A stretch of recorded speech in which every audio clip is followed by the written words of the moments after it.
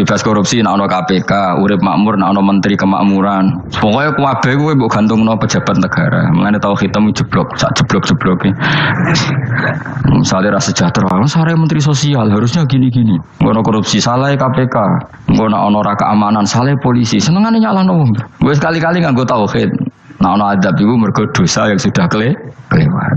Ya tapi kan gak mungkin ngomong bernegara gitu. Tapi atas nama iman bahasa kita seperti itu. Kalau atas nama bernegara emang kita butuh polisi, butuh tentara, butuh KPK. Tapi atas nama iman ya tadi kalau kita diberi sanksi Allah itu rata-rata dari bima qaddamat ya daga itu pasti ada salah yang pernah Anda lakukan. Bismillahirrahmanirrahim. Innahum sa'tamne wong akeh haula itu kesete mengkono-mengkono wong kabeh bikori natima klan korene perkara badau kang sause iki. Kanu ana sapa ngakeh dzakila nalikane den ucapno lagu mare wong akeh. Maksudnya diajarkan disyariatkan apa syariat la ilaha illallah.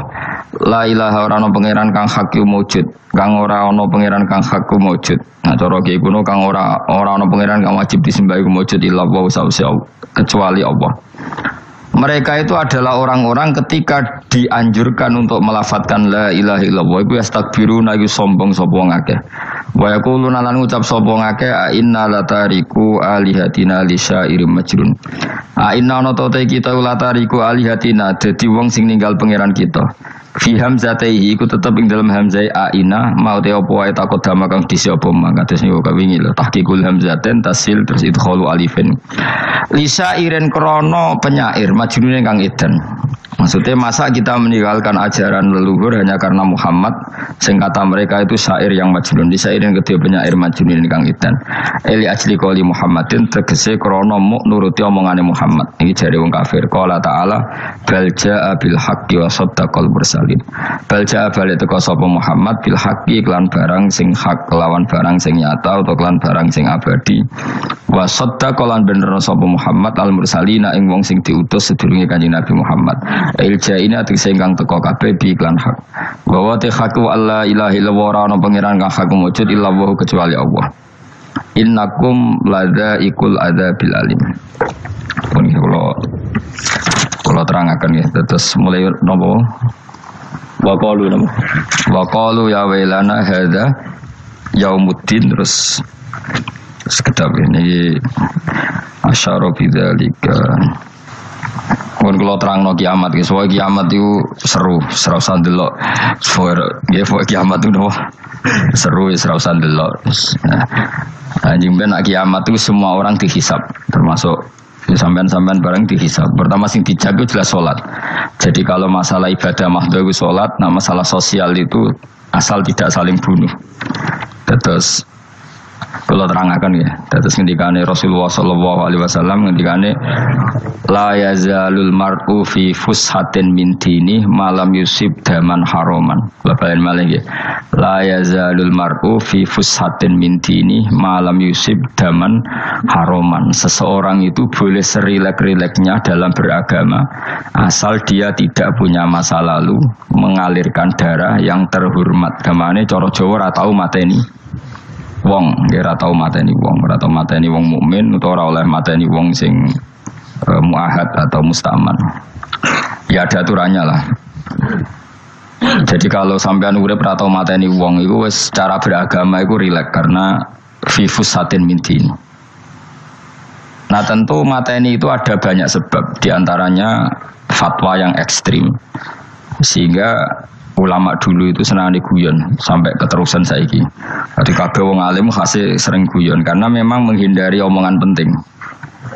Kenapa? Karena sekali omongan penting ini kadang yu'addi ilal fatwa kita kotul. Takutnya fatwa itu ekstrim, kemudian saling apa? Saling bunuh. Sehingga masyhur itu ada pepatah bahwa statement ulama atau kolamul ulama, penanya ulama itu ahaddu minas sayf, lebih tajam ketimbang apa? Pedang, karena bisa menimbulkan macam-macam.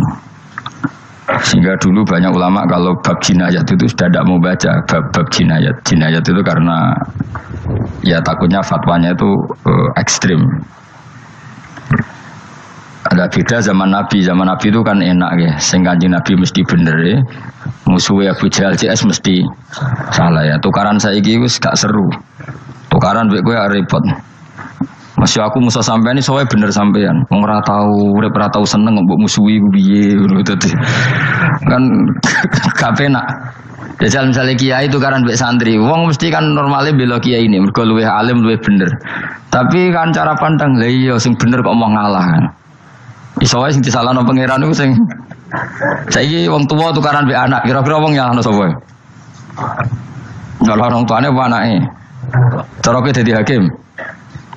Wong tua kok wani anak, kualat tuh nomor ya lucu. Ini kan anak kok wani wong. Tapi wong tua kok wani anak, wong tua model opo. Terus anak wani wong tua ya anak model opo. Ya model milenial model. Tapi potensinya itu sama-sama salah. Sehingga ulama itu mulai dulu itu menghindari ngendikan penting itu menghindari karena ya tadi takut fatwa itu. Saya ulang lagi ya, jadi seseorang itu selonggar-longgarnya dalam beragama asal tidak pernah membunuh, tidak memburu darah yang seharusnya tidak terbunuh. Terus kalau masalah ibadah itu Allah ngambilnya sholat. Awwalu ma yuhasabu bil mar'un apa? As-sholat. Pertama yang dihisab itu sholat. Jika sholatnya lolos, maka hisab yang lainnya apa? Ringan. Ya ampun ngoten. Terus ada hisab-hisab yang iku lho waca mungkin sampean iso ngantisipasi hisab. Jadi la tazulu qadama Adam atau qadama ibni Adam yaumal qiyamah hatta yus'ala an arba'in. Pertama ditanyakan dari sifat mudanya, dihabiskan untuk apa, umurnya untuk apa, hartanya dari mana, setelah mendapat untuk apa. Terus wa an ilmihi madza amila bihi, terakhir setelah mendapat ilmu itu apa yang dia perbuat. Mana ada orang tua ilmu, dia tidak ditakoi, pengiran dong ngerti apa takoi. Ilmu bisa ngelakoni, bukan gak ada ilmu ya sedih. Harus serempet misalnya. Dunia, bukan gak ada dunia. Lewat pun yang dunia, ngentosi mati, sehingga aman, apa? Sebab itu orang fakir itu masuk surga lebih cepat timbang orang kaya, kacek 500 tahun ketakoi. Dia apa? Bukan gak ada nopo-nopo. So ngaji buatan. Jadi gak perlu pertanggungjawaban mereka nopo sekacau kan. Nah sementing kalau terang ngeten ya, ini penting rungokno. Mahsyar itu maknane iku nggon giringan. Terus kiai kuno maknane bayangno nggon mahsyar itu maknane tempat dihalonya semua manusia. Terus mauqif itu tempat diberhentikan, apa tempat diberhentikan. Terus di situ Anda innahum mas'ulun, mereka semuanya ditanya, dihisab. Semuanya dihisab. Terus ngendikane Kanjeng Nabi, hasibu anfusakum qablaan tuhasabu. Menghisablah diri kamu sekarang sebelum kalian semua dihisab. Sehingga potensi kita ini umat Islam utamanya yang tahu ngaji ini, kesampean semua dihisab ini kemungkinannya kecil. Karena ketika kowe ning donya sampean sedanteni kan biasa wis donga Rabbana zulamna anfusana. Jadi ya Allah, saya ini benar-benar mendolimi diri kita sendiri. Karena tujuannya hisab itu taubah. Taubah itu mempermalukan mereka di depan umum. Seorang lagi ya, jadi semua hisab itu taubihan, mempermalukan mereka di depan umum bahwa mereka orang yang buruk. Sementara kamu di dunia sudah sering ngaku orang buruk. Saya ini wis roh ngakeh maksudnya ini kan.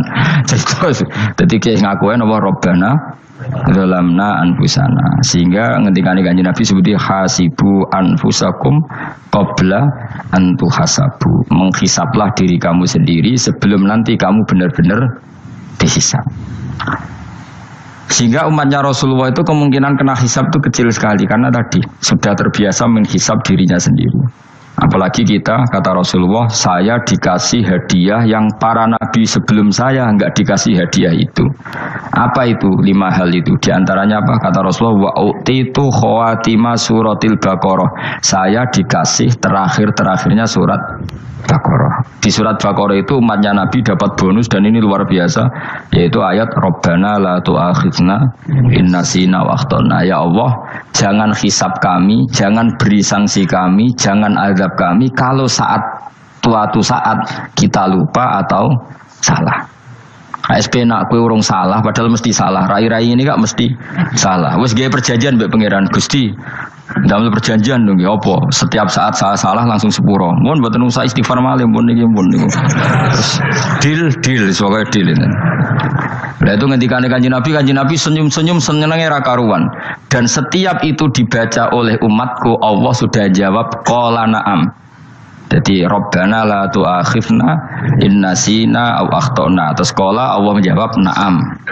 Terus Rabbana wa la tahmil alaina isron kama hamaltahu 'alal ladzina min qablina. Nabi Muhammad jawab, Allah menjawab na'am. Sampai terakhir wa'fu anna, Allah jawab na'am. Kemudian para kiai itu punya kiat supaya umatnya itu hafal itu. Terus jadi bahan tahlil itu masalah ya. Faminhum ya faminhum.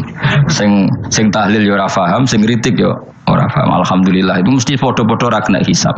Mergo padha-padha ora napa? Paham. Jadi ora ono barokah kaya goblok wis barokah tenan. Mergo sing lakoni ya ora paham, sing kritik ora paham.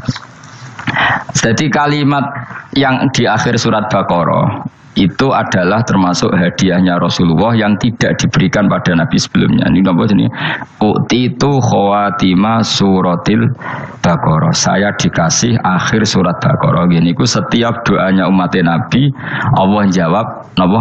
Naam. Jadi ya Allah, la tu'akhidna, jangan kasih sanksi kita innasina au akhtona. Allah jawab naam.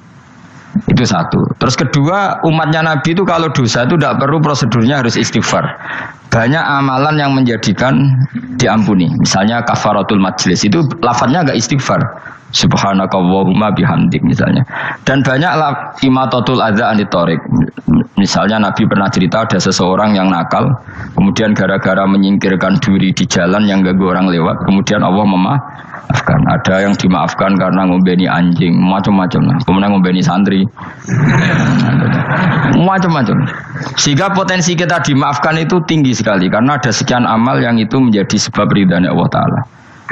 Malah kalau dalam dunia wali itu ada seorang wali mau ngarang kitab, kemudian tintanya itu diminum lalat, dia membiarkan tinta itu sampai lalatnya sampai kenyang, kemudian gara-gara itu dimaafkan oleh Allah Subhanahu wa Ta'ala. Banyak sekali. Sehingga potensi kita dimaafkan tinggi. Terus turu sudah ada orang rasani wong enggak macam-macam lah. Iku ya insyaallah di sepuro pangeran. Dadi ana wali, dadi wali mergo kakean apa? Turu ditakoki, "Kenapa kowe kok turu wong wali? Mboten siap roh donya, Gusti." "Kenapa?" "Donya wis rusak tok, atok mboten roh Gusti." Lah iku ya mari swarga napa? Ya swargane wong turu ya kira-kira tok. Tapi jadi umat Nabi itu luar biasa. Makanya saya yang heran nih, kalau ada orang alim bikin gerakan terlalu tenanan itu keliru, biasa mawon. Turu ya ibadah, wae agar gak zina, gak maling, wae agar gak ngelakoni dosa gede ini sanggep ae napa? Ibadah. Karena tadi Rabbana la tu'akhidna in nasina aw akhtana. Terus Allah jawab na'am. Sehingga kiai-kiai itu takut orang itu lupa, terus dimodifikasi sedemikian rupa jadi wiridan. Tapi alhamdulillah kok banyak yang kritik. Jadi biar seimbang, loh. Seimbang kepada alam demokrasi. Jadi kalau lagi kecewa mbek sing kritik, mergo insyaallah rapati paham masalah usul ini. Karena satu-satunya cara supaya orang paham itu pancen yo dijak latihan bareng-bareng. Gak ngono wis malah ra paham blas. Ya tapi tadi ya semua itu resiko. Zaman Nabi Sugeng ana ibadah sunat dilakoni terus, Nabi yo duka, kuwatire dianggap wajib. Tapi nek ora dilakoni blas Nabi yo duka, wong sunat ora tau dilakoni. Jadi sudah alhamdulillah sekarang ana sing ngritik, ana sing setuju biar seimbang no. Wong padha ora paham wae napa? Padha paham. Padahal makna ayat itu luar biasa. Rabbana la tu'akhidna in nasina wa akhtana. Terus kedua, Rabbana wala tahmil alaina isran kama hamaltahu 'alal ladzina min qablina. Ya Allah, jangan beri beban kami sebagaimana Engkau memberi beban kepada orang sebelum kami. Dulu itu kalau ada orang yang salah, itu harus dibunuh oleh orang yang tidak salah. Liyaqtulal bari'u minkum al-mujrima. Supaya yang tidak salah membunuh yang salah. Sehingga ketika umatnya Nabi Musa menyembah anak sapi, ijel itu, apa kata Allah? Fatubu ila bari'ikum faqtulu anfusakum. Kamu syaratnya tobat harus saling membunuh, yaitu orang yang terbebas dari dosa itu membunuh yang tidak dosa. Masyhur itu. Terus Allah mengirimkan mendung yang pekat, terus gelap. Ketika gelap itu yang al-bari, yang enggak dosa, mengeksekusi yang dosa. Sekarang kan enggak, paling tangkap KPK, berarti penjara mulai suka, sisa korupsi jaga. Jadi penak lah pokoknya zaman akhir itu penak. Pemenang saya KPK ini mulai disoal, jadi aman lah. Sebuah sing bener di aja nih ya sing bener ya pangeran. Misalnya rasa KPK lah nak takwa ya rasa korupsi. Kalau KPK dilemahkan nanti yang korupsi marah. Lah masalah orang KPK lah nak di pangeran kan ya aman karena korupsi. Iku aneh-aneh wae. Kowe wong mukmin kok bakas ngono. Kowe sementing iku nak kowe wedi pangeran kan ra usah polisi, ra usah KPK wis tetep ra usah dosa wong wedine mbek pangeran. Nah, kecuali ra usah pangeran ateis, lha iku masalah. Ya, tapi kan omongan ini gak populer, padahal bener. Nah, aneh. Jadi karepmu ngene, terbebas korupsi nek ana KPK, urip makmur nek ana menteri kemakmuran. Pokoke kabeh kowe mbok gantungno pejabat negara. Mengene tau hitam jeblok, sak jeblok-jebloke. Misalnya rasa sejahtera, saya menteri sosial harusnya gini-gini. Ngono korupsi salah KPK. Ngono ana ora keamanan salah polisi. Senengane nyalano wong. Gue sekali-kali nganggo tauhid. Nah ana adab iku mergo dosa yang sudah kelewat. Ya tapi kan gak mungkin ngomong bernegara gitu. Tapi atas nama iman bahasa kita seperti itu. Kalau atas nama bernegara emang kita butuh polisi, butuh tentara, butuh KPK. Tapi atas nama iman ya tadi kalau kita diberi sanksi Allah itu rata-rata dari bima qaddamat yadaka itu pasti ada salah yang pernah Anda lakukan. Ya, tapi sudah lah ini zaman sudah seperti ini. Sanut ya, anut umumnya wong akeh. Kalau terang nomale masalah hisab ya, hasibu anfusakum qabla antu hasabu. Kamu menghisablah diri kamu sebelum kamu dihisab. Misalnya saya sebagai ulama, tentu hisab terberat saya itu kitmanul ilmi, menyembunyikan apa? Ilmu. Karena ilmu kalau disembunyikan tuh bahaya sekali. Bayangkan di alam fisik. Misalnya ada orang berkebutuhan pada kemaksiatan, terus di situ ditulis bar karaoke misalnya. Orang bisa ke sana karena ada tulisannya, ada WA-nya, ada alamatnya. Kemudian ketika Anda bisa Fathul Qorib, tidak ada tulisannya. Harusnya Anda juga nulis ahli Fathul Qorib, ahli Fathul Mu'in. Nah, atau ahli Jaljalut, tulis saja. Ahli Primbon. Enggak apa-apa, tulis saja. Penerus Ronggo Warsito, tulis saja. Zaman gendeng, nara melok gendeng, rakeduman, tulis saja. Tapi barokahnya tulisan itu kan orang bisa tahu. Makanya kenapa banyak orang sufi yang sudah menyembunyikan diri, wananya nakal-nakal, karena dia disalahkan Allah karena menyembunyikan ilmu. Saya itu orang yang senang tertutup kecuali masalah ilmu. Saya mau mengajar terbuka seperti ini. Karena tadi awal dari dikenalinya kemakrufan adalah dimaklumatkan. Awal dari dikenalinya keburukan juga karena dimaklumatkan. Betapa celakanya kalau kemungkaran dimaklumatkan sementara kebenaran tidak dimaklumatkan. Makanya Mbah Mun itu sampai berfatwa, Mbah Mun guru saya itu. Nah ono masjid ra ono menawarane Mbah Mun duka. Masjid kok ora ono menarane, wajib ono. Dulu saya iskal kenapa menara jadi wajib. Tapi setelah saya tambah angan-angan, secara fikih jelas tidak wajib. Tapi coba bayangkan, misalnya ada bar lampunya tinggi, orang dari jauh tahu itu bar, sehingga kalau mau maksiat misalnya ingin ke sana. Sekarang misalnya masjid gak ada menara nih, ada orang ingin sholat, ono masjid tahu orang. Tapi baru kayak ada menaranya kan, tahu. Intinya semua kebaikan itu harus dimanarohkan. Makanya manaroh itu dari kata nur, dimenarakan, dari kata nur, dari kata dicahayakan, dimaklumatkan. Sehingga mulai dulu lama itu meskipun humul itu menyembunyikan diri. Tapi kalau masalah ilmu mereka membuka diri.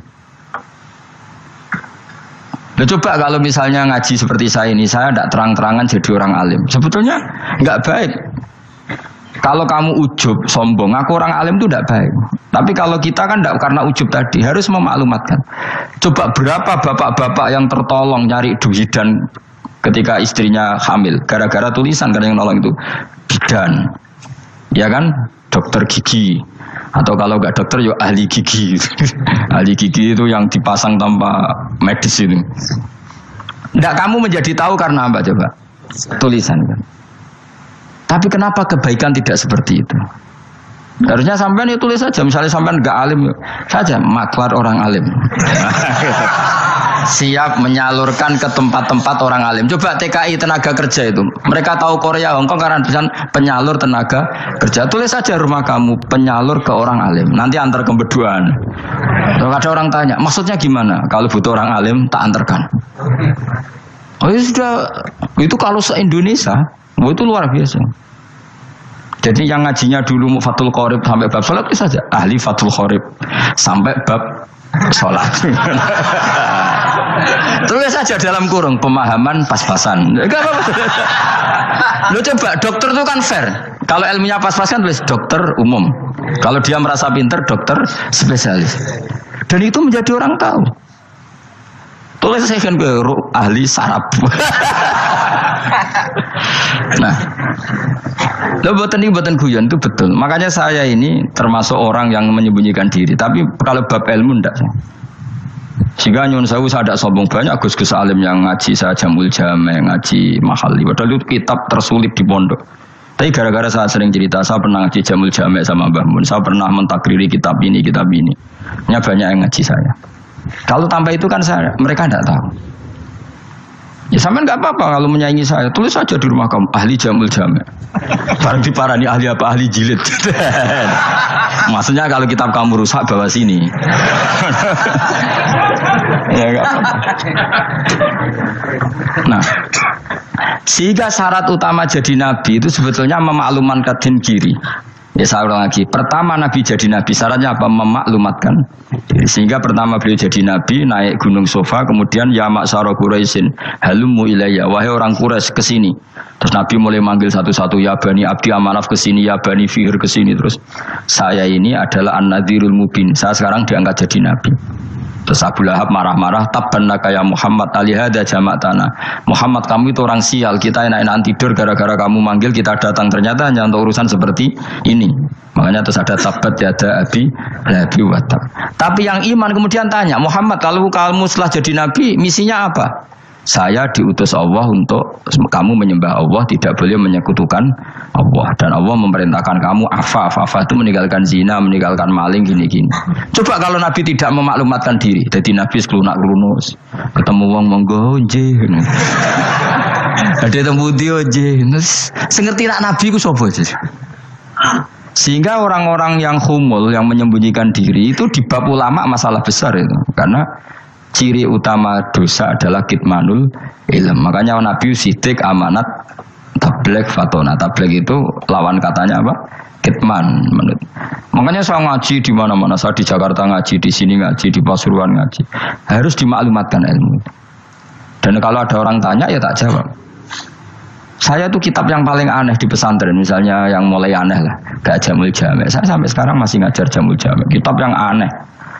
Macane lagi roh judulnya pusing. Jamul Jawame, kumpulane pira-pira kumpulan. Jadi ilmu apa ae ana ning kono. Sing gak ana ilmu dukun, mboten enten. Ilmu carane bodoni ora ana. Ning kono mau carane mlebu swarga tok. Mane potensi kula mlebu swarga itu tinggi sekali. Cara sing model piye duwe. Dadi Jadi cara sing model piye duwe. Jadi cukup banyak napa? Cara. Sampe nek di cara sitok ora mesti kula nu gak ada cara kada. Dadi nek dari cara iki mentok ganti cara iki mentok. Ya terakhir paling gampang itu cara nganggo fadhole pangeran. Iku kena mbok tiru. Pokoke mbok swarga nganggo fadhole pangeran. Masalah utama kita sebetulnya itu. Makanya saya tidak pati cocok sama orang sufi itu. Kebenaran itu harus dimaklumatkan. Sementara orang sufi itu ingin menyembunyikan diri. Itu kalau untuk yang alim itu tidak bagus. Wong kita saja tahu itu dokter atau bidan karena tulisan. Ini bidan, ini dokter. Dan mereka jujur, dokter umum, dokter spesialis. Dan coba misalnya di kota, kamu tulis saja penyalur kebaikan.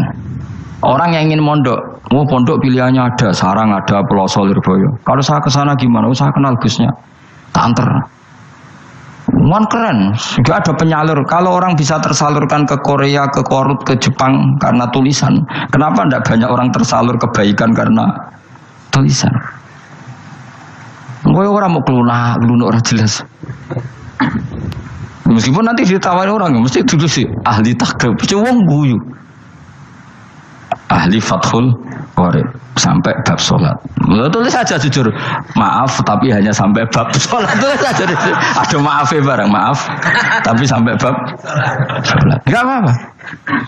Paling untuk wong sowan, larian mau doa jenengan 2 tahun. Tapi ini bodohnya mau 3 bulan, mulai ngajinya dok bab sholat. Enggak apa. Itu dulu memang begitu. Rasulullah zaman Sugeng itu kalau ngajari santrinya itu balighu anni walau ayah, maklumatkan ke kampung kamu meskipun 1 ayat. Banyak sahabat kalau ditanya ya tidak bisa karena ngajinya ada hatam. Tapi ya terus gak apa-apa, kok tak soal Abu Bakar, tak soal Umar, ditanyakan yang lebih pintar. Saking tidak pahamnya sahabat itu lucu ketika ada ayat waqulu wasrabu hatta yatabayyana lakumul khaytul abyadu minal khaytil aswad. Itu kalau mau tidur ya benar-benar bawa benang putih sama benang hitam, ditulis dipasang di pintunya. Jadi kalau makan diinceng lagi, kok masih belum kelihatan, wah masih boleh makan. Terus begitu. Kalau sudah mulai syuruk, mulai padang, wah berarti sudah imsak. Jadi karena makanlah dan minumlah sampai benang hitam terbedakan dari benang putih. Artinya kalau malam kan dulu kan nggak ada listrik, nggak ada lampu, berarti kalau benar-benar masih malam nggak terlihat, berarti masih boleh makan. Nanti terus dilihat gitu. Terus ya sudah wakafnya di situ. Hatta yatabayyana lakumul khaytul abyadu minal khaytil aswad, wakaf dulu. Terus akhirnya Kanjeng Nabi itu piye kok umatku jadi masangi benang ini. Akhirnya Jibril teko. Ini makanya unik dalam ulumul Quran. Satu-satunya ayat yang diturunkan hanya 1 kata itu ya ayat itu tok. Terus Jibril datang, Muhammad ayatnya itu kurang sitok. Minal fajr. Terus ditambahi minal fajr. Jadi minal fajr itu unik. Ada Jibril jauh-jauh dari langit. Iku mau nurun apa? Minal fajr. Makanya kalau kamu nanti dites, kalau ingin jadi dokter tafsir dites, ada 1 kalimat yang diturunkan jauh-jauh Jibril ke bumi. Apa kalimat itu? Jawabannya minal fajr. Wis alim yakin alim. Memang ikut tak? Masa itu? Mereka gara-gara sahabat itu terus masangi apa? Benang ngincang. Akhirnya minal fajr, baru mereka tahu maksud fajar, maksud apa, benang hitam artinya malam, benang putih artinya fajar, sodik sudah menyingsing. Semenjak itu sudah ada benang-benangan karena jadi orang-orang ngono maksudnya ini kurang siti terus turun apa minal fajar ya. Jadi nanti kalau sampai latihan tes jadi dokter apa tafsir, ayat mana yang diturunkan hanya 1 kalimat atau 1 kata jawab apa minal fajar, lolos langsung dokter. Pun pinter. Ya pinter ngerpek maksudnya kalau diganda. Lah nanti hubungan kita dengan Allah ya seperti itu. Sejauh mana kita memaklumatkan Allah, sejauh mana kita mengkampanyakan Allah. Saya berkali-kali bilang, saya kemarin kan di Korea itu sebetulnya hanya saya yakin hanya doa saya. Saya sering berdoa, ya Allah, Engkau dipuji di langit dan di bumi. Lalu kalau di bumi ateis, itu caranya kayak apa? Dulu saya itu terobati karena Uni Soviet setelah persemakmuran banyak menjadi negara Islam. Berarti itu bukti bahwa Allah pun dipuji di bumi Uni Soviet. Lalu yang kayak Korea kayak apa? Ternyata betul Koreanya tetap ateis, tapi gara-gara diserbu wong Indonesia. 49.000 wong Indonesia ning Korea Selatan. Iku mbok gawe sing salat separuh iku jek pira? 24, kira-kira ya selawe digawe selawe ewu. Selawe ewu salat kabeh, tahlilan kabeh surwame. Lah kok sing ngritik tahlil muni sunah Rasul tok surwame. Kok rame lah walhasil. Itu tahlilan wah itu enggak ada hadisnya. Gak apa-apa sing penting muni hadis sing tok tahlil muni hadis ya ibadah, tahlil ya ibadah. Mbok lah soal kok bener di totalan guri sing penting rame, maksudnya sementing rame ngomong visi Islam. Itu Islam tahlil, itu Islam sunnah Rasul gak masalah. Wong ape yakin bener saiki ya ora ono klarifikasi, tapi sementing kan kabeh ngomong tentang Islam. Artinya gini, Allah punya cara untuk supaya bumi Korea itu ada yang bertasbih bersujud. Mil'us samawati wa mil'ul. Allah tidak kurang cara. Golek wong kedonyan ditarik ke sana demi uang. Bareng wis ning kono dielingno pangeran. Sing gawe masjid, kontrak masjid macam-macam lah, masjid kontrakan ning Korea. Nang kene ra ono masjid. Pusing. Saya pernah ngisi di satu masjid itu, gambare pintu gerbangnya bukan salib kan. Ternyata tingkat 1 itu gereja, tingkat 2 bar, tingkat 3 masjid. Kadang ya kebalikan masjid bar gereja satu gedung. Jadi malaikat saya tidak tahu lewatnya gimana itu kalau nggak tahu itu cara lewat gimana karena malaikat bagian rahmat itu nggak bisa dia lewat salib. Tapi dia harus menulis ganjaran yang sholat. Nggak tahu saya lewatnya dari mana karena itu. Ya tentu dia punya cara lah. Tapi yang jelas ya agak bingung ini gimana. Itu pernah yang tingkat 2 itu bar pas aktif. Ada santri yang ya pekerja imannya pas-pasan. Kalau nanti wis badhe Jumatan, mlebu bar pas aktif wae wong ayu. Meh wera Jumatan. Mergo mau tingkat 2 bar, tingkat 3 masjid. Itu ana khutbah yang barnya tetap main, ada bar yang masjidnya tetap khutbah. Itu masuk bar. Sudah Jumatan apa ning kene wae gitu. Akhirnya ya di situ beberapa menit terus ada komat Jumatan. Dosa ta Gus ngene. Ya aku muni. Ya segelem Jumatan ku apik. Wong mesti dilakoni kok takok dosa ta Gus. Oh raimu kadung lakoni kok takok. Artinya gini, Allah punya cara untuk menyebarkan Islam di Korea. Sama seperti Allah punya cara untuk menyebarkan Islam apa di Indonesia. Dulu orang Gujarat, Punjab, ya sejarah ini menurut saya ya tetap sebagiannya benar. Meskipun tidak seluruhnya benarnya sejarah Islam masuk Indonesia rata-rata orang kan menulis pedagang Gujarat, India ke Indonesia dagang karena mereka mukmin akhirnya juga menyebarkan apa? Islam. Itu jelas nyata. Meskipun tidak semuanya seperti itu karena ada yang dibawa Yusuf Baros itu yang muridnya Sayyidina Ali itu. Terus juga ada yang dibawa beberapa habaib dari Yaman langsung ke Indonesia kayak yang di daerah Tuban itu kan langsung habib-habib dari Samarkand langsung ke mana? Tuban. Makanya saya bilang sejarah itu semuanya benar karena memang variasi masuknya Islam di Indonesia itu banyak. Jadi itu nggak masalah. Yes, sampean niru sing kedonyan mawon sing luwih gampang napa? Lho nggih dong, kayak Jakarta itu kan kota kayak gitu, baru kayak wong kedonyan orang ke Jakarta semua. Gara-gara tahu mondok pedutan tadi ahli Fathul Qorib tadi yang sampai bab sholat, terus bikin masjid. Iku coba takoki faraid terang ora iso kan. Pemene takoki muamalah terang ora iso, tapi nak trimo carane sholat sing batal apa ngentut roh. Aduh. Ilmune kok roh nak nganti bab iku jek roh. Sing batal sholat apa jek roh ngentut nyekel wong wedok jek roh. Tapi mbok aja takoki sing detail apa? Cara mengenali kiblat dengan hisab ya marosdil kiblat itu serang arah iso atau nganggo komputer itu nganggo jam nganggo kompas padahal ana ilmune ya marosdil apa kiblat di bulan tertentu hari tertentu itu nanti matahari tepat di atas Ka'bah serang arah iso nak ngono niku serang arah iso. Ya saya ulang lagi ya, jadi kesalahan kita adalah kebenaran itu kita sembunyikan. Padahal awal dikenalnya Islam itu lewat i'lam, fasda bima tu'maru. Kebenaran harus dimaklumat. Tapi problemnya Islam Indonesia tuh kadang humul tuh bangga, nggak dikenal orang itu bangga gini. Oke lah, kalau yang nggak, saya sendiri ya suka humul. Sampai sekarang saya suka humul. Saya sampai sekarang nggak suka tamu. Bukan karena benci tamu, ribet. Maksud saya kalau sowan kiai yang ngaji saja, rasa sowan, ribet. Ya lucu kan, seneng Gus Bak jare wong alim. Terus senenge mau sowan tok ngaji ra gelem piye karepe. Wong kok aneh. Iku berarti kok do karo seneng dokter, konsultasi obat ra gelem tapi ngajak jagongan. Dok, jenengan tiyang pundi? Jenengan manggen dalem mriki mulai tahun pinten? Lah ya kowe takok dokter kemalan. Mesti nek kowe takok laram apa, obate apa kok malah kenalan. Pindah Jogja tahun pinten, Dok? Jenengan kawin mriki tahun pinten? Lha wong jare Gus Bae wong alim kok sowan ngono. Jenengan kelahiran tahun pinten, Gus? Zaman dinosaurus. Wong alim kok takoki lahir iku piye karepe? Susah tak takok pisan matiku kapan, Om. Coba betapa naifnya kita kalau kita suka dokter, terus kemudian kamu takok dok kelahiran tahun pinten jenengan? Aneh gak? Nak kowe seneng dokter mergo mau konsultasi berobat ya ngomong saja apa yang kamu butuhkan. Aku seneng wong alim yo ngaji titik. Nah, kowe misalnya seneng artis, ndelok konser artisnya takok kelahiran tahun piro. Gak penting artis ayu buat delok seneng wis sudah gitu aja. Ora wong alim yo ngono ngaji seneng. Yang kadang wong Jawa lucu seneng wong alim sowan terus takok-takok. Mana? Dudu obat nong, yakin.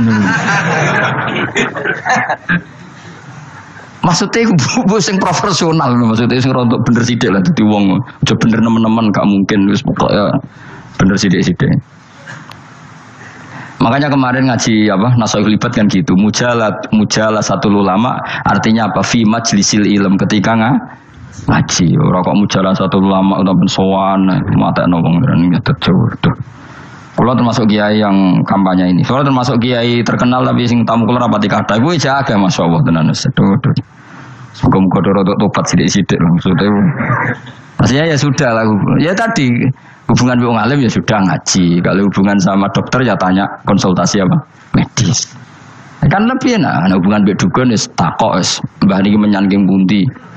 Kok jenengan dermemel nglafat nopo sing kalimate sing jelas kena apa nak dermemel mandi nak jelas kok ora mandi ku piye. Kono aku yo guru pun mbek dukun. Wong kalimate ra jelas kok mandi. Nggak jelas, nggak mandi. Kalau nggak jelas kita bodoh ini. Ayo gumen mantra, mesti kak. Rungokno tenanan kalimatnya terus nggak jelas. Dukun-dukun dulu. Kok mandi? Nggak jelas malah. Mandinya tenan bora yoraro. Ya saya ulang lagi ya. Jadi sebab itu di Quran sering ada kata i'lamu, kenalilah, ketahuilah. Jadi awal dari agama ini adalah harus tahu. Maka menyangkut harus tahu ini lalu Allah bikin media. Media itu apa saja. Tapi lalu kita bisa berdebat tentang media. Itu yang kita tidak tahu nanti hisabnya di depan Allah Subhanahu wa taala. Saya sampai sekarang itu nggak tahu, nggak pernah bilang halal, nggak pernah bilang haram. Misalnya gini ya buat ini dengerin ya. Di Korea ini sering teman-teman cerita. Ada beberapa majikan yang baik sama umat Islam, yang bekerja Muslim. Itu kalau dipamiti sholat kan, Pak majikan saya mau sholat. Sholat itu apa? Mereka bilang dengan bahasa analogi di Korea, pokoknya sholat itu sembahyang. Ketika sholat itu ditanya sama orang Korea, loh kamu itu sembahyang kok tidak ada patungnya? Karena pengetahuan mereka yang namanya sembahyang itu ada patungnya. Ada yang baik, apa sekalian tak belikin patung? Jadi wong Islam pas sholat tuh didelok ngarepe dhuwure kok gak ono patung. Ono sing ape sujud tuh digambarno salib. Mergo dekne denger-denger kalau karena tidak tahu Islam itu apa. Sementing ada personifikasi Tuhan. Ada lagi ini yang agak ngeri. Ada pegawai Garuda karena dia agak terpelajar waktu sholat dia sholat sama krunya di mall. Itu langsung security mall nelpon polisi. Ini ada ritual teroris gitu. Jadi sholat itu dianggap mukadimah sebelum ngebom. Jadi ritual. Pertanyaannya adalah karena mereka tidak pernah ngerti sholat itu kayak apa. Dan kadang-kadang orang ngerti bahwa sholat itu adalah ritual umat Islam itu lewat media. Media itu bisa berita, bisa dokumenter, bisa apa saja. Kita tidak pernah tahu cara Allah mengertikan. Seperti kita tidak pernah tahu madzhab Mu'tazilah, tahunya itu dari kitab-kitab ahli sunnah wal jamaah. Coba kita semua misalnya tahu madzhab yang aneh, Mu'tazilah, Jabariyah, Qadariyah, itu dari kitab mereka apa dari kitab ahli sunnah? Dari kitab ahli sunnah. Maka bisa saja informasi keburukan itu dari orang baik dan informasi kebaikan dari orang buruk. Kita tidak pernah tahu. Karena ini yang bisa ngelola hanya Allah Subhanahu wa taala. Tidak bisa, kita tidak bisa, hanya Allah yang bisa. Maka perdebatan Ahmad bin Hanbal dengan Haris al-Muhasibi itu seperti itu. Misalnya gini, tak kiri contoh. Haris al-Muhasibi itu orang alim allamah. Dia ahli sunnah mandat, pokoknya ahli sunnah sekali. Dia mau ngarang kitab tentang dia menentang Mu'tazilah, menentang Qadariyah, menentang Syiah. Terus setelah mau ngarang kitab, ditanya sama Imam Ahmad, ya Haris, kalau kamu ngeriting Mu'tazilah, awalnya gimana caranya kalau ngarang kitab? Ya saya cerita pendapat mereka dulu, lalu saya saya tentang. Imam Ahmad guyu-guyu. Bukankah setelah kamu cerita mazhab mereka plus argumentasi mereka, jangan-jangan pembacanya sudah tertarik. Pas kamu nentang, kamu sudah dianggap gawe-gawe. Karena kadung tertarik.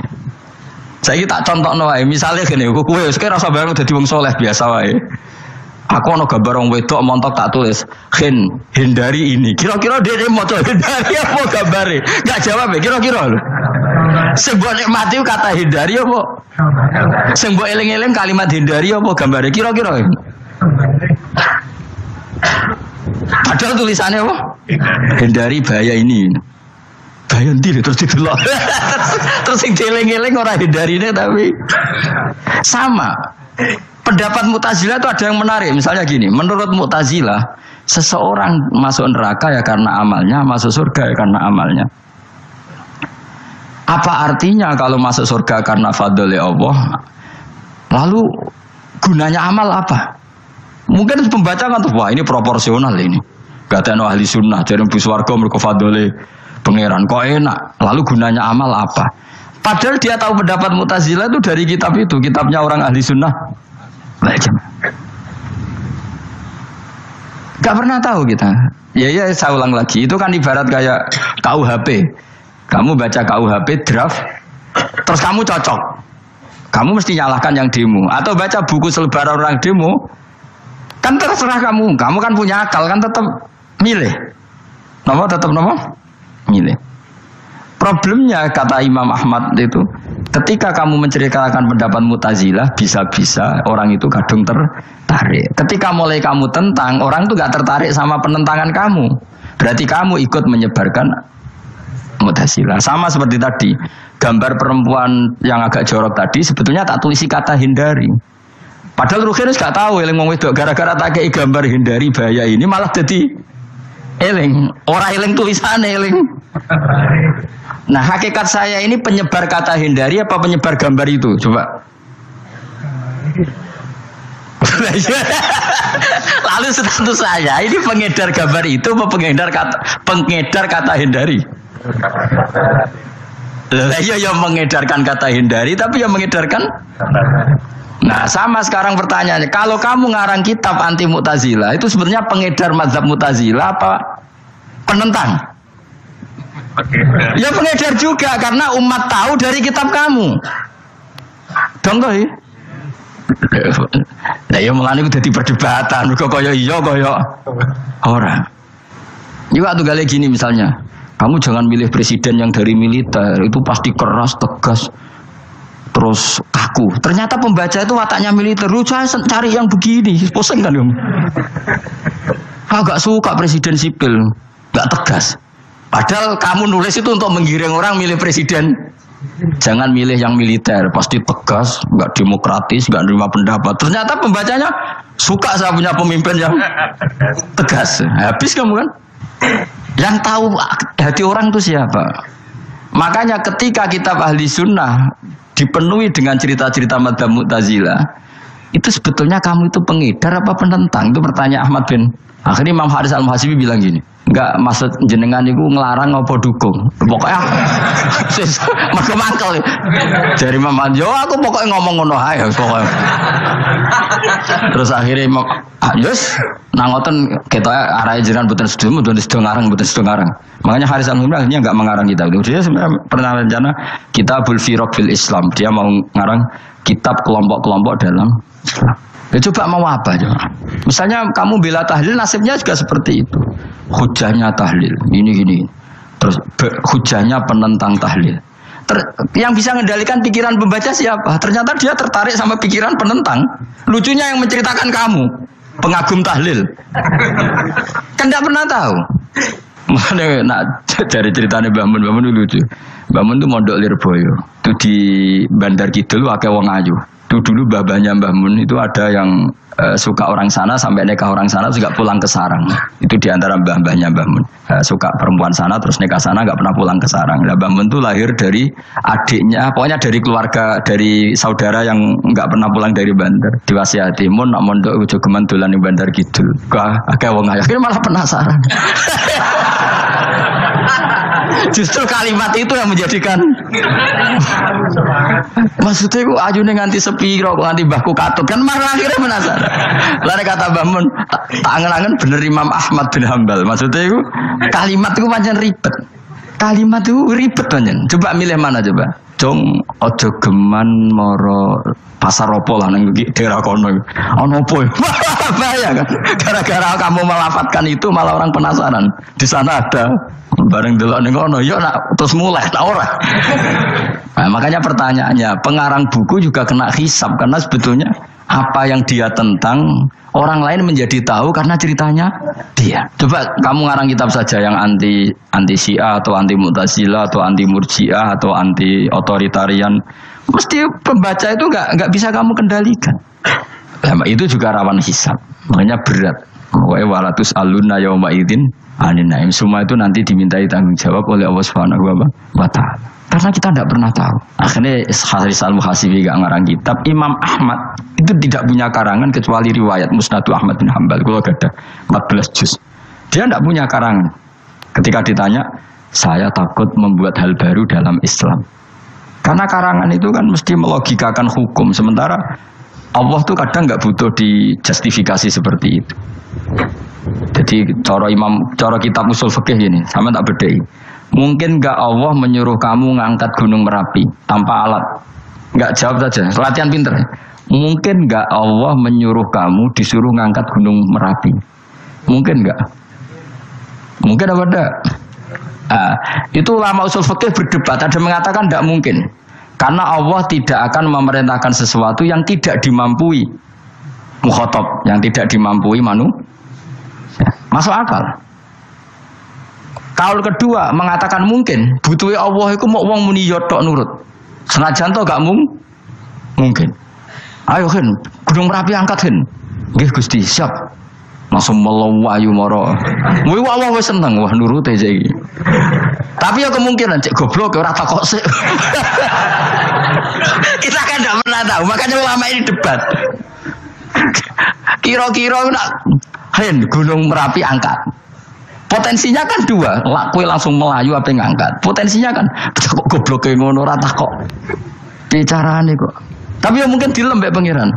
Cek nuruti, ora paham-paham belas melayu. Ki milih ndi? Status sing ngene iki nurut apa goblok? Jawab, nurut apa goblok? Ya nurut goblok yo ngono lho. Kita tidak pernah tahu. Mulane tetap pada akhirnya kita itu wain adri. Kita ini tidak pernah tahu. Tapi kita tahu bahwa semua ada hikmahnya. Makanya kadang orang alim itu bilang saya alim, kadang bilang saya tidak tahu. Maksudnya kita tahu Allah memerintahkan pasti ada hikmahnya, tapi kita tidak tahu maksudnya apa. Ya sudah seperti ini. Akhirnya dunia ya sudah seperti ini. Ya kadang ngerti, kadang nggak ngerti. Ya sudah biasa ya. Kalau kita takoki sesuk isih urip to ora. Mungkin jawab iki. Muni roh iku nyatane yo koyo roh. Muni roh yo ora roh nak mati. Mulane sudah. Kadang takoki sesuk iku jeng yo ziarah nggih, Mbah. Tapi kadang wawa alam, Mbah, insyaallah. Ya karena memang ya enggak pernah tahu. Karena apa ya? Terserah kena diterangno, Bang. Mulane kula niku gadah kitab-kitab perdebatan ulama, anak gejol-gejolkan ngoten niku. Saya ulang lagi ya, kalau kamu mengarang kitab menentang pendapat Mu'tazilah, itu artinya kamu menceritakan pendapat Mu'tazilah, lalu menyebarkan kesalahan mereka. Pertanyaannya, pembaca pertama kali tahu pendapat Mu'tazilah gara-gara cerita kamu. Itu sama, pembaca tahu gambar perempuan gara-gara edaran kamu. Meskipun kamu menulis hindari, tapi kan menjadi tahu. Kamu berarti penyebar kata hindari apa penyebar gambar? Apa penyebar kata hindari? Itu ibarat kayak gini, ada anak kecil baru umur SMP kamu nak hindari narkoba. Bentuknya kayak ini loh nak. Padahal anak kamu itu bakat soleh yang nggak terlintas narkoba. Gara-gara buat cerita ini menjadi tahu. Sekarang omongan iku dihisap tahu orang menjadi tahu gara-gara kamu. Tapi kamu nggak ngandani, takut anak kamu kejebak narkoba. Milih mana? Bingung tuh ke? Wingi-wingi ra bingung ora tau mikir. Maksudnya ya terus. Aku ya gumun, wong ora tau mikir kok do urip.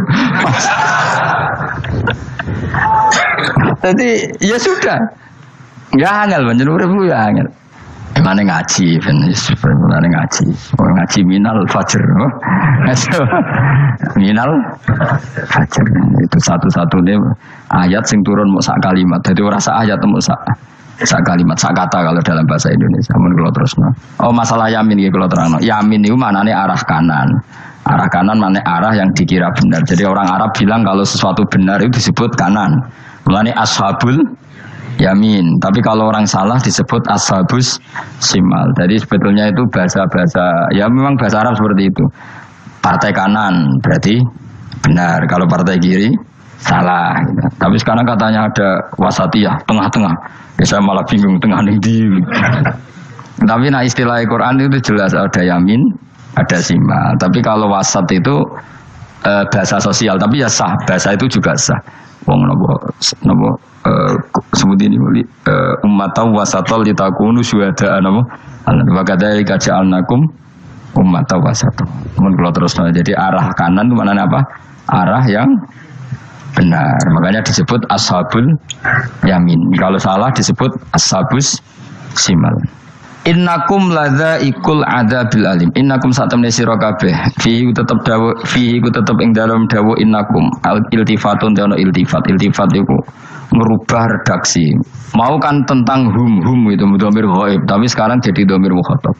Ladzaikul adzabil alim. Yektine wong kang bakal nyeksani, bakal ngrasakno siksa sing pedhi. Wa mutazawna lan ora den wales sira kabeh ilama kecuali perkara illa jazaa kecuali wales perkara kuntum kang ana sira kabeh tak malu nang nglakoni sira kabeh illa ibadallahil mukhlasin kecuali kaulane Allah sing ikhlas. Jadi semua orang itu akan kena siksa kecuali kaulane Allah sing napa ikhlas. Wis ikhlas pokoke enak-enak ibadah ikhlas mun nang ngandel kula ibadah paling nyaman ikhlas. Mulang ya mulang ae mergo perintah Allah. Cek murid temroh hae guru cek ora ben sak karep-karepe pokoke mulang ya mulang ae. Sekolah nih, saya mulang aja. Cek roh aku ora urusan, saya mulang wis. Boleh ridane Allah, sebenarnya akhirat rakakan hisab. Ribet mikir manusia ribet. Pemane mikir hak-hakmu ribet. Turuti ora tau warakah, serepot kabeh. Ben bonus dunya ben bonus. Ademu mesti dianggap ae urip sedina-sedina. Sing ngomong bayangno urip suwi wis sapa?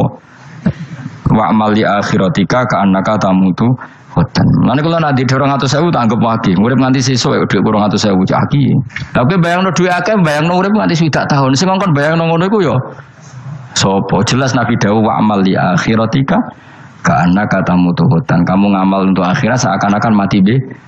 Jadi misalnya aku digedingi wong sakmen lagi, digedingi mau sewengi enteng sesuk wis mati wae. Jebule cek urip. Ya enggak bae cek sesuk. Kan mau sedina-sedina ngitunge apa? Mulane anggere ana panitia ngundang aku pengajian pusing. Aja mbok undang saiki aku mari bingung. Pokoke nek sesuk acara bengi aku kandhani. Mboten Gus ben ana kepastian. Kepastian mbahmu ora melok duwe donya men kepastian. Uang ora tau ngaji tauhid to namanya. Pas, lihat coba 2 bulan lagi disuruh bilang iya, ben ana pengepas. Sing iso ngatur donya sapa? Akhirnya, tapi ini ben ana kepastian mbahmu manusa sing iso nonton sapa?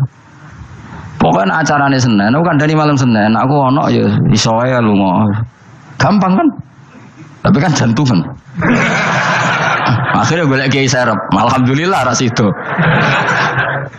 Atus kula ngaji teng mriki wis pokoke umume iku akhir bulan iki ngono tok santai wis. Ya biasa wae. Ya pokoke urip anggap ae mestino wa amal li akhiratika ka annaka tamutu. Dan jadi misalnya damuk bojo ya ndang mestino. Sesuk wis mati wae. Boleh sesuk aja urip diwamuk meneh.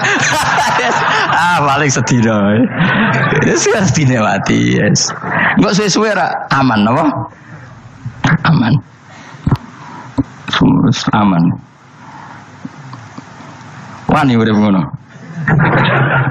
Jadi daftar wali, tahu warai ngono ora. Ikhlas ki ngoten carane ki salat ben nyaman. Ketikane Rasulullah, "Sholli ka annaka sholatu muwaddi'in." Kowe nek ben salat ikhlas, anggap bae iku salat sing terakhir dan kenangan terbaik kamu di dunia adalah tahu salat, tahu sujud. Juga salat tuh happy. Ya Allah ini sujud saat terakhir, ini rukuk saat terakhir. Seneng dadi salate. Salat kok ora. Sewanteng kok salat meneh. Sewanteng akhirnya awur-awuran. Lan iki ra dadi wali-wali aku. Krasa Kang, nek dadi wali ku ono ambune. Kita ora ono ambune semboyo. Maksudnya aku ora usah wali-wali papan atas, sing ringan-ringan ae, sementing ku bener. Jadi syarat wali wa amal li akhiratika ka annaka tamutu dan beramallah untuk akhirat kamu seakan-akan kamu mati. Jadi misalnya diutang, tapi sahur jangan utang sahur ngawur sembrono. Contohnya aja utang, ojo nak utang bahaya. Enak kan? Jadi kayak di masalah berat ya enteng. Wong urip mau napa? sedina. Apa meneh aku luwih wali meneh, ora nganti sesuk malah. Setiap saat aku iso mati. Berarti nanti masalah kan lep sedilu. Cuma masalahnya kowe permanen, bar mati tambah neraka lha kok aja sampe. Malah selawase. Lawas. Mulane masalah ning donya tok, ora usah sampe tok akhirat. Ojo.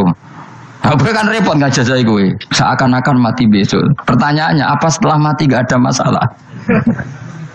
Ternyata tambah banyak masalah. Sebenarnya sementing ikhlas semua. Wa illa ibadah wahil mukhlasin. Jadi kalian semua pasti merasakan siksa dan akan dibalas kecuali mereka sing ikhlas. Mesti ikhlas itu aman. Illa ibadah wahil mukhlasin, kecuali kawulane Allah sing napa ikhlas. Wa ja'alna minal mukhlisin. Ya, mungkin kula jenengan sedanten termasuk yang sing napa ikhlas.